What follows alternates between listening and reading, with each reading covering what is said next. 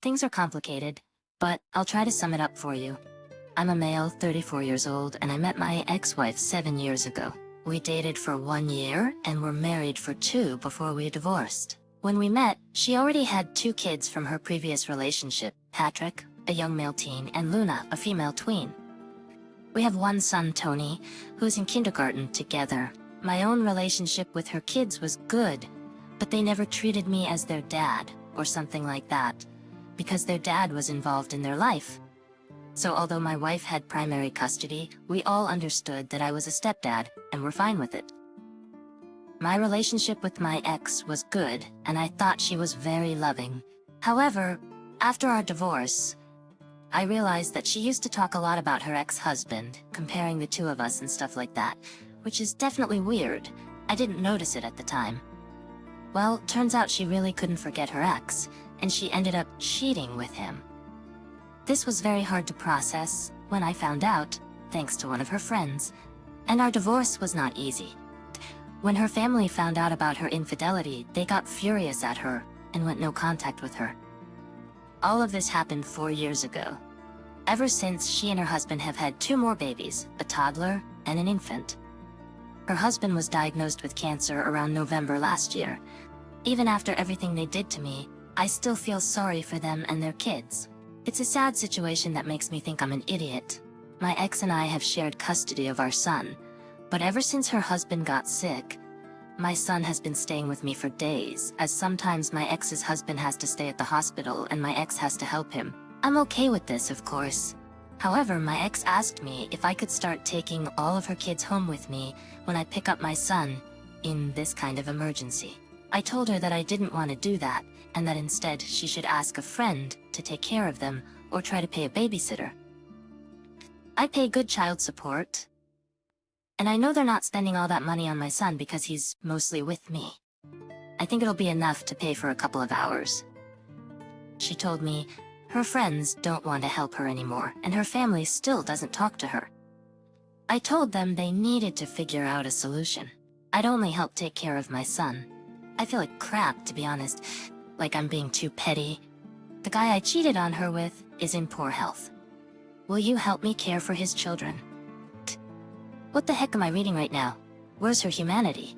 Somewhere underneath all that entitlement must be the realization that other people exist and feel. Right? You are not the idiot. That's a complete disrespect to you. Take care of your kid. In fact, get full custody and tell her to kick rocks.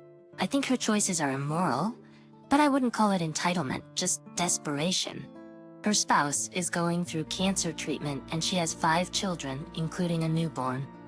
OP was not the right person to ask, but I think she's probably at her wit's end, grasping at straws, not defending her actions. She's definitely the idiot, just offering a different perspective. Even if your ex hadn't cheated with her ex, it is still a huge ask to ask your ex to take care of your kids, let alone 4 of them, and 1 being only a few months old. And logistically, OMG, that would mean OP has to have or put in 3 car seats and room for 2 more kids. Most of us don't have cars that would accommodate that. I'm sorry, but her family must step up for their grandbabies. While her family is in no contact and won't step up, there's a reason no one else will support her. It's a consequence of being an idiot. After a while, people get enough of your crap. I feel bad for the kids, since they had no control over that. But I think this situation can be boiled down to not your monkey, not your circus. If the ex-husband or current husband passes away, it'll get a lot worse. If OP integrates those kids into his life now and the husband dies, she'll look to OP to be the dad for all of her kids. Yeah, I feel like she's gonna come crawling back, but this time with twice as many kids for him to support. OP, go for full custody of your son and bounce. Get a lawyer and figure things out sooner than later. Petty would be getting reduced child support due to the current change in custody of your son. You're already supporting her family and are doing enough. However, I would advise a paternity test with Tony. Considering her infidelity, you could be paying child support for someone not even related. My parents had a daughter before me, Summer. She was born and only lived for 5 weeks. I was born 2 years later, and her memory was still very strong throughout my life. My parents weren't great parents to me because they were still grieving heavily, and it made our relationship complicated. I remember they cried on her birthday every year, and they also cried on most of mine. She was mentioned at every celebration. I remember wanting to hear more about her for a while, but at some point, all the mentions of her were too much. It felt suffocating, and I felt less important. When they met new people, Summer was the child they mentioned first and the one they talked about the most. Someone would ask what grade I was in or how old I was, and they would say Summer would be in 4th grade or Summer would have been 13 today. When I graduated high school, I asked my parents not to mention Summer during the celebration. We had a dinner with family and a couple of my friends, but not a full-blown party, and they were so angry with me for wanting Summer forgotten. I took some time from them in college, but was racked with guilt, and we ended up back in touch. I got married to my husband Kale last year, and now we're expecting a girl. My parents brought up how amazing it would be for us to name our daughter Summer, and my husband was 100% on board. He pretty much agreed before I had a chance to react. When I talked to him, he was shocked that I had any doubts and was ready to go full steam ahead. I told him I wanted our daughter to have her own name, and I didn't want her to carry the weight of the name Summer, who never got the chance to grow up and was all her parents really wanted to talk about. He said he understood but asked me to think about how loved our daughter would feel. He knows I think Summer is a beautiful name because I do, but the history behind it makes me hesitant. I told my parents I wanted my daughter to have her own name, and they cried. They didn't really comment. They then asked if I was going to change my mind. This was a few days later, and I said no. But then, my parents and husband were talking and wanted to try and change my mind. They brought a list of reasons why our daughter should be named Summer, and I told them I disagreed with the list. They argued back and told me Summer deserves to be honored. I said my daughter deserves to live life as herself. Kale said she would still be able to, and that the name isn't that uncommon. My parents told me to think about what my sister would want, and how much I love and miss her every day. For some reason that broke me. I started to cry out of nowhere and told the three of them I did not want to name my daughter after a sister I never knew. I don't know what happened directly after, but Kale and my parents think I was cruel to say it like that. Am I the idiot? This is all just so messed up on so many levels. OP, you are not the idiot. Your parents and apparently your husband are. So stand strong and do not put all that messed up baggage on your soon-to-be-born daughter. First, tell your husband in no uncertain terms that he will never bring this up again. Never. It's incredibly hurtful to you, and it's a trigger for both you and your parents. And it encourages your parents to get back into their BS. OP is second to Summer mode. Just know. Second to shut everyone up, buy the absolute cutest pet you can find, dog, cat, or other. Name the pet Summer, and introduce the pet to your parents during the next get-together. That'll shut them up. And we can't name a child after the family pet, right? As to why, because screw your parents and their freaking emotional baggage, abuse, and BS. Plus, maybe this way you can build a good association with the name, away from your parents' BS. Do this OP, get a pet and name it Summer, done. And get something with a short lifespan, maybe a hamster, goldfish, or go in the opposite direction and get a macaw, or tortoise. Here, Mom and Dad, here's a summer that will last more than a season, so to speak. In fact, it'll outlive us all. I'll bring it to your funerals. OP needs to see this. Your daughter is not a replacement for the child they lost. Your parents need therapy and should have gotten it long ago. I'd be preparing for them to be consumed in your daughter's life in a very unhealthy way and to use guilt to force their will on you. Start setting boundaries now and protect your daughter from living a life in the shadow of a corpse. Her husband is a mega idiot. OP, tell him this is a deal breaker. 100%, and he has two options. That get on board with you and understand that there are huge amounts of baggage for this name, or you're out and have the birth without him. So you can make sure that he doesn't try to put the name Summer on the birth certificate, because I have a feeling he will. So I, a 22-year-old female, recently lost a pregnancy. As I am no longer with my ex, My mother insisted on being by my side, so she temporarily moved in with me because she wanted to keep an eye on me. I told her it was fine, but you know how moms can be. She had the idea of inviting my sister and brother-in-law for dinner, so we did. The thing is, my brother-in-law is the kind of guy who likes to make jokes about everything. He never means harm, but it can be annoying at times. During dinner, in an attempt to cheer me up, my brother-in-law decided to make some jokes. They were lighthearted, but I wasn't in the mood to hear them.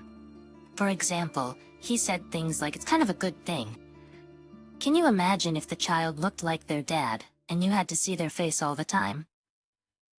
Or, at least, you won't end up like those moms who have to rely on pills to stay awake."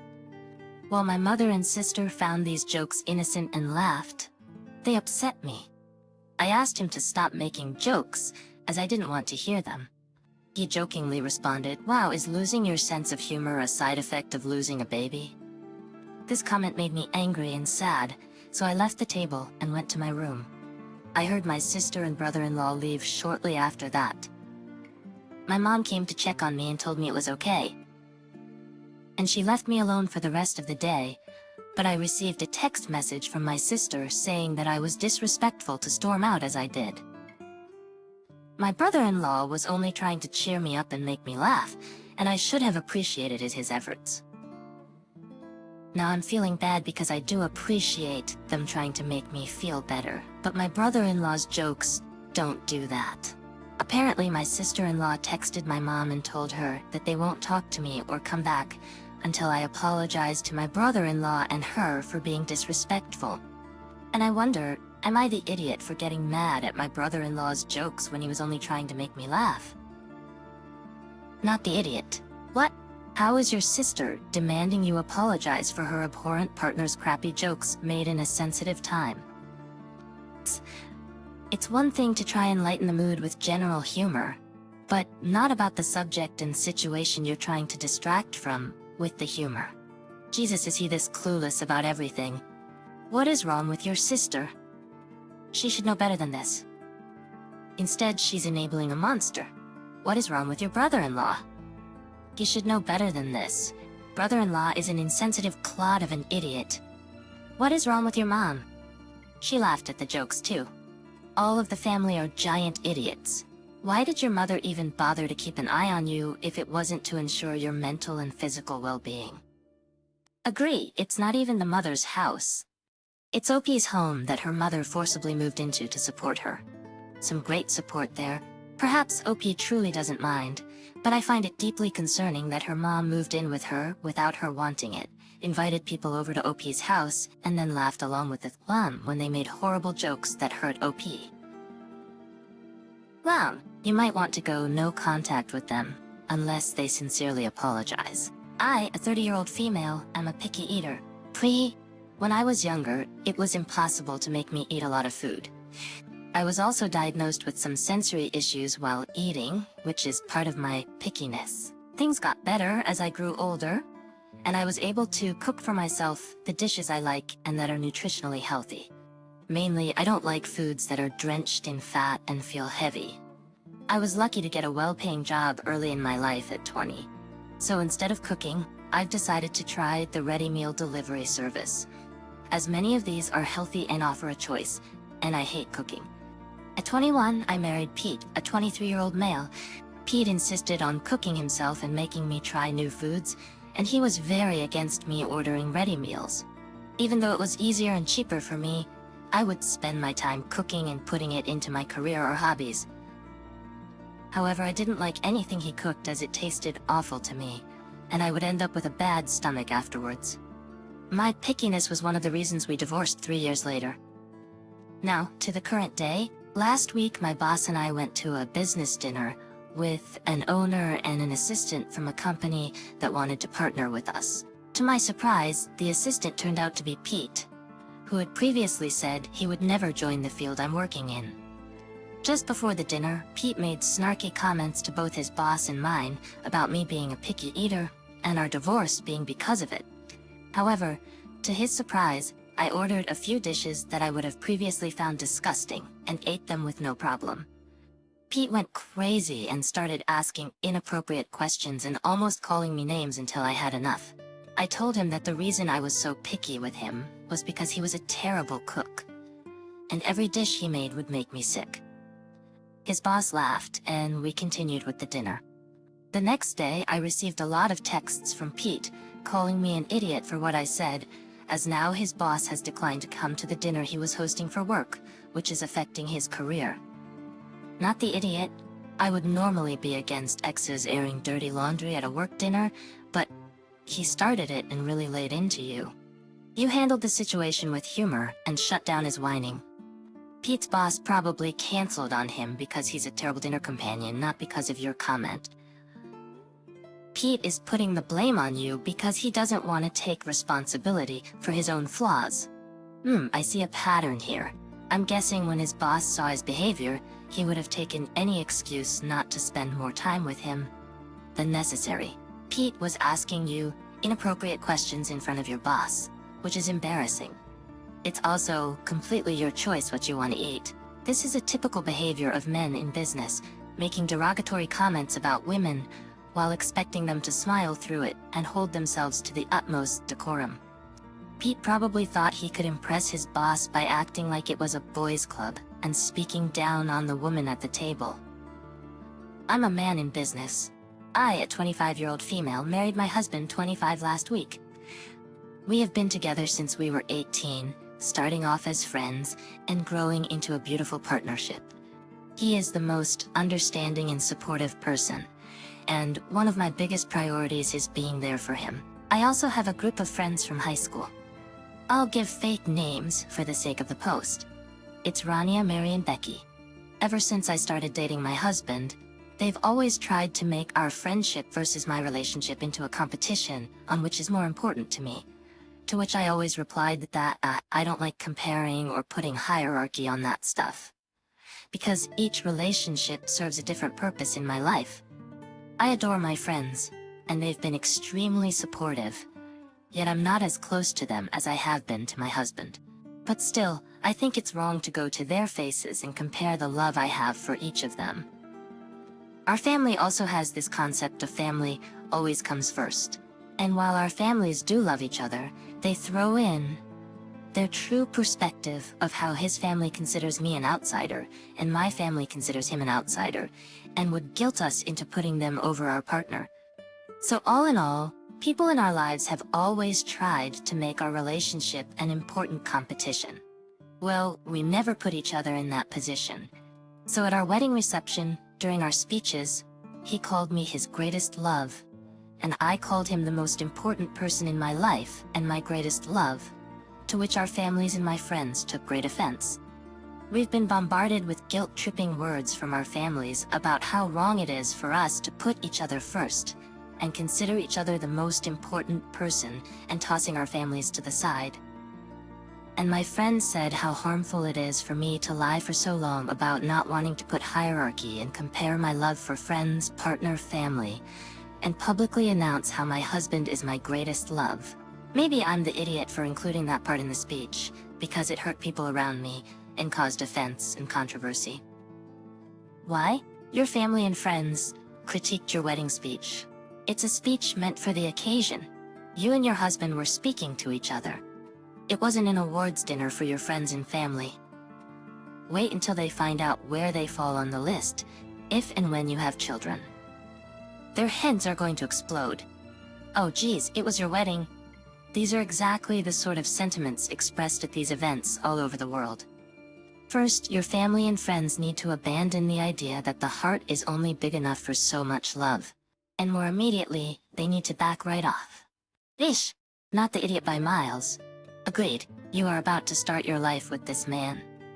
If he wasn't the most important person or your greatest love, then you wouldn't be taking this step with him. Shame on them for trying to ruin something beautiful.